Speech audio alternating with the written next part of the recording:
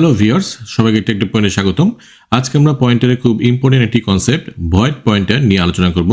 Void pointer কি, কেন আমাদের ভয়েড পয়েন্টার প্রয়োজন এবং কিভাবে আমরা ভয়েড পয়েন্টার দিয়ে আমাদের প্রোগ্রামে কাজ করতে পারি, এই সকল কনসেপ্টগুলোকে আজকে আমরা বোঝার চেষ্টা করব। আমরা জানি যে পয়েন্টারের মাধ্যমে আমরা একটি ভেরিয়েবলের মেমোরি অ্যাড্রেসকে স্টোর করতে পারি এবং ভেরিয়েবলটি যে ডেটা টাইপের হয়ে থাকে সেই ডেটা টাইপের, অর্থাৎ ভেরিয়েবলটি যদি ইন্টিজার টাইপের হয় তাহলে আমরা সেই ভেরিয়েবলের মেমোরি অ্যাড্রেসকে স্টোর করার জন্য ঠিক একই টাইপের, অর্থাৎ ইন্টিজার টাইপের পয়েন্টার ডিক্লেয়ার করে থাকি। ঠিক একইভাবে আমরা ক্যারেক্টার, ফ্লোট, ডাবল ইত্যাদি টাইপের ভেরিয়েবলের মেমোরি অ্যাড্রেসকে স্টোর করার জন্য আমরা ঠিক সেম ডেটা টাইপের পয়েন্টার ডিক্লেয়ার করে থাকি। কিন্তু ভয়েড পয়েন্টারের মাধ্যমে আমরা যে কোনো ডেটা টাইপের ভেরিয়েবলকে পয়েন্ট করতে পারি, অর্থাৎ যে কোনো ডেটা টাইপের ভেরিয়েবলের মেমোরি অ্যাড্রেসকে স্টোর করতে পারি। তাহলে ভয়েড পয়েন্টার কি? ভয়েড পয়েন্টার হলো এক ধরনের জেনেরিক স্পেশাল পয়েন্টার যার মাধ্যমে আমরা যে কোনো ডেটা টাইপের ভেরিয়েবল বা অবজেক্টকে পয়েন্ট করতে পারি, অর্থাৎ যে কোনো ডেটা টাইপের মেমোরি অ্যাড্রেসকে স্টোর করতে পারি। ভয়েড পয়েন্টার ডিক্লেয়ার করার নিয়ম হলো, ডেটা টাইপের জায়গায় আমরা লিখব ভয়েড, তারপর লিখব ডি রেফারেন্স অপারেটর অর্থাৎ স্টার লিখে আমরা পয়েন্টারটির নাম লিখব। তাহলে এখন আমরা এই ভয়েড পয়েন্টারের মাধ্যমে যে কোনো ডেটা টাইপের ভেরিয়েবলের মেমোরি অ্যাড্রেসকে আমরা স্টোর করতে পারবো। ওকে, এখন আমরা বোঝার চেষ্টা করি যে কম্পাইলার কিভাবে বুঝবে যে একটি ভয়েড পয়েন্টার কি ডেটা টাইপের ভেরিয়েবলের অ্যাড্রেসকে পয়েন্ট করে আছে। কারণ আমরা জানি যে ইন্টিজার টাইপের ভেরিয়েবলের ক্ষেত্রে সাধারণত 4 বাইটসের মেমোরি অ্যালোকেট হয়ে থাকে, ক্যারেক্টারের ক্ষেত্রে 1 বাইটস, ফ্লোটের ক্ষেত্রে 4 বাইটস এবং ডাবলের ক্ষেত্রে 8 বাইটস মেমোরি অ্যালোকেট হয়ে থাকে। এবং এক এক ডেটা টাইপের ভেরিয়েবলের ভ্যালু কম্পাইলার এক একভাবে ক্যালকুলেশন করে থাকে। এই জন্য যদি আমরা ডাইরেক্টলি ভয়েড পয়েন্টারকে ডি রেফারেন্স অপারেটরের মাধ্যমে এর ভ্যালুকে আমরা বের করতে চাই, তাহলে কিন্তু আনএক্সপেক্টেড একটা বিহেভিয়ার দেখাবে অথবা এরর দেখাবে।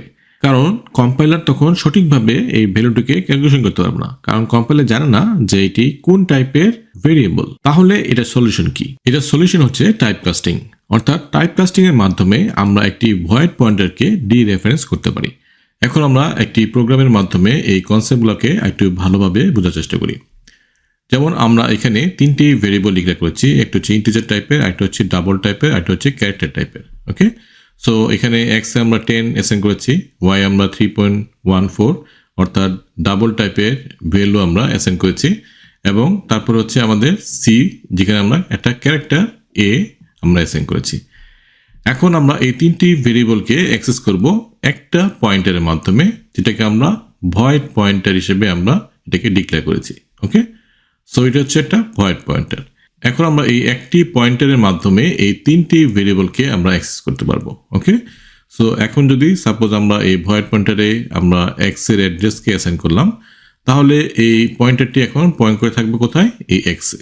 ওকে, সো আমরা যখন এই এক্স এর ভ্যালুটাকে আমরা দেখতে চাবো এটাতে কি ভ্যালু আছে, তখন আমরা পয়েন্টারের মাধ্যমে দেখবো, তাই তো? তো সেই ক্ষেত্রে আমাদের জাস্ট আমাদের এই ইন্ট লেখে এই স্টার এই টাইপ কাস্টিং এর মাধ্যমে আমরা যেহেতু ইন্টিজার টাইপের ভ্যালু আমরা দেখতে যাচ্ছি, সো এই কথাটা আমাদেরকে আগে লিখতে হবে এবং পয়েন্টারের মাধ্যমে তখন আমরা এর ভ্যালুটাকে আমরা দেখতে পারবো। ওকে, যদি আমরা এই টাইপ কাস্টিংটা না করি তাহলে কি হবে সেটা আমরা আগেই বলেছি যে তখন কম্পাইলার বুঝতে পারবে না যে আসলে এটা কি টাইপের ভেরিয়েবল। ওকে, সো কম্পাইলার যখন বুঝতে পারবে না তখন আসলে কি করবে? তখন আসলে এরর দেখাবে। সো আমরা যদি এটাকে রান করি তাহলে আমরা দেখব যে এখানে প্রোগ্রাম আটকে গেছে, এবং আমরা যদি দেখি যে এখানে একটা মেসেজ আসবে।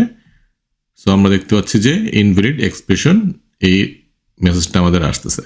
তাহলে অবশ্যই আমাদেরকে এইটা ডি রেফারেন্স করা সম্ভব না, কারণ হচ্ছে আমাদের কম্পাইলার বুঝতে পারতেছে না যে এটা কোন টাইপের আসলে ভেরিয়েবল, তখন কম্পাইলার ক্যালকুলেশন করতে পারছে না।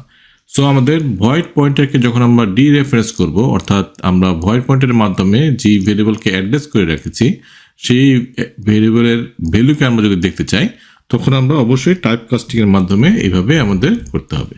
ওকে, সো যেহেতু এটা ইন্টিজার, সো আমরা ইন্টিজার টাইপের ভ্যালুটাকে পাবো এখানে। তারপর আমরা কি করছি, এটা প্রিন্ট করার পরে তখন আমরা এখানে অ্যাসাইন করে দিচ্ছি ওয়াই, অর্থাৎ ওয়াই এর অ্যাড্রেসটাকে। সো এটা ডাবল টাইপের একটি ভেরিয়েবল। সো যখন আমরা ওয়াই এর অ্যাড্রেসটাকে আমরা অ্যাসাইন করে দিলাম ঠিক একই পয়েন্টারে, তখন সেটা ডাবল হিসেবে আমরা এখানে টাইপ কাস্টিং করব। তাহলে আমরা ডাবলের যে ভ্যালুটা অর্থাৎ 3.14 সেটা আমরা দেখতে পারবো। ঠিক একইভাবে আমরা এই ক্যারেক্টারের ক্ষেত্রেও ঠিক সেমভাবে আমরা যখন ক্যারেক্টার এই সি এর মেমোরি অ্যাড্রেসটাকে আমরা যখন অ্যাসাইন করে দিচ্ছি এখানে, তখন আমরা ক্যারেক্টারের ভ্যালুটা পাবো। ওকে, সো ঠিক একইভাবে আমরা টাইপ কাস্টিং করবো, তখন আমরা এর ভ্যালুটাকে দেখতে পারবো। সো এখন যদি আমরা এটাকে রান করি, সো এখন আমরা এটাকে ঠিক করে দিয়েছি। সো এখন যদি আমরা এটাকে রান করি তাহলে আমাদের এররটা থাকবে না। সো আমাদের এখন ভ্যালুগুলোকে আমরা দেখতে পাচ্ছি। তাহলে আমরা কি করছি, তাহলে আমরা ভয়েড পয়েন্টের মাধ্যমে মাত্র একটি পয়েন্টার আমরা ডিক্লেয়ার করছি, যার মাধ্যমে আমরা ডিফারেন্ট টাইপের ডেটা টাইপের আমরা ভেরিয়েবলকে আমরা অ্যাক্সেস করতে পারছি। ওকে, তাহলে আশা করি বুঝতে পারলাম যে ভয়েড পয়েন্টার কি এবং কিভাবে আমাদের কাজটা করছে ভয়েড পয়েন্টার। এখন আমরা একটু বোঝার চেষ্টা করি যে ভয়েড পয়েন্টার আমাদের কেন প্রয়োজন এবং কি কি কাজে লাগে। আসলে সি প্রোগ্রামিং এ আমরা ভয়েড পয়েন্টার ইউজ করতে পারি ডাইনামিক মেমোরি অ্যালোকেশনের সময়, যেমন ম্যালক, ক্যালক ইত্যাদি ফাংশন কিন্তু রিটার্ন করে ভয়েড টাইপের পয়েন্টার। তো আমরা ম্যালক, ক্যালক ইত্যাদি ফাংশনের মাধ্যমে যে কোনো আননোন ডেটা টাইপের জন্য আমরা রান টাইমে ডাইনামিকলি মেমোরি অ্যালোকেট করতে পারি এবং টাইপ কাস্টিং এর মাধ্যমে আমাদের প্রয়োজন অনুযায়ী যে কোনো ডেটা টাইপের জন্য আমরা ইউজ করতে পারি। সো ডাইনামিক মেমোরি অ্যালোকেশন নিয়ে আমরা ডিটেলস পরবর্তী ভিডিওগুলোতে আমরা জানবো। এছাড়া বিভিন্ন টাইপের জেনারিক ডেটা স্ট্রাকচার যেমন link list, dynamic array, stack, queue ইত্যাদি ডেটা স্ট্রাকচার ইমপ্লিমেন্ট করতে ভয়েড পয়েন্টার আমরা ইউজ করতে পারি। তাহলে আশা করি আজকে ভয়েড পয়েন্টার সম্পর্কে আপনাদের ধারণা ক্লিয়ার হয়েছে। সো আজকে যদি আপনাদের এই কনসেপ্টগুলো ক্লিয়ার হয়ে থাকে তাহলে আপনাদের জন্য একটি অ্যাসাইনমেন্ট থাকলো, সেটি হচ্ছে এরকম যে আপনাদের প্রিন্ট ভ্যালু নামে একটি ফাংশন আপনাদের ইমপ্লিমেন্ট করতে হবে, যার মধ্যে পাস করব আমরা একটি ভয়েড টাইপের পয়েন্টার এবং একটি ক্যারেক্টার টাইপের টাইপ। অর্থাৎ এখানে ক্যারেক্টার টাইপের টাইপ বলতে বোঝাচ্ছে আমাদের এই ভেরিয়েবল কোন টাইপের হবে। ওকে, সো আমাদের ফাংশনটা কি পাস করবে, তাহলে আমরা সাপোজ যদি একটি ইন্টিজার টাইপের ভেরিয়েবল নেই, সেটার আমরা অ্যাড্রেসটাকে পাস করব। যেহেতু এখানে আমাদের পয়েন্টার আমরা এজ এ প্যারামিটার হিসেবে নিচ্ছি, সো আমাদের এখানে ভ্যালুতে আমাদের রেফারেন্সটা পাস করতে হবে, সো আমাদের অ্যাড্রেসটা পাস করতে হবে। এবং আমরা যদি টাইপ দিই আই, তাহলে আমাদেরকে প্রিন্ট করে দেখাবে যে ইন্টিজার ভ্যালুটাকে। ওকে, এবং আমরা যদি টাইপ দিই ডাবল অর্থাৎ ডি, এবং আমরা যদি এই ডাবল ভ্যালুর যে অ্যাড্রেসটা এটাকে পাস করি, তাহলে আমাদের এই ডাবল ভ্যালুটার যে ভ্যালু সেটা আমাদেরকে এখানে প্রিন্ট করে দেখাবে।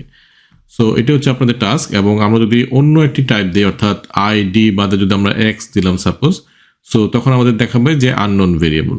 ওকে, সো বা আননোন ভ্যালু বা আননোন টাইপ এরকম একটা মেসেজ দিবে। ওকে, সো আপনাদের এই টাস্কটা থাকলো। সো আমাদের জাস্ট আমি একটা টিপস দিই যে আপনাদের এটা এফ এলস অর্থাৎ লজিক্যাল একটা অপারেশন হবে এখানে, এবং আমাদের এই ভয়েড পয়েন্টের মাধ্যমে আমরা যে কোনো ডেটা টাইপ নিয়ে আমরা এখানে কাজ করব। সো আপনাদের এই টাস্কটা থাকলো। সো কারো কোথাও কিছু বুঝতে সমস্যা হলে কমেন্ট করে জানাবেন, অথবা আমাদের ফেসবুক গ্রুপে জয়েন করতে পারেন, সেখানে আপনারা কোশ্চেন করতে পারেন। সো দেখা হবে নেক্সট ভিডিওতে। আজকের জন্য আল্লাহ হাফেজ।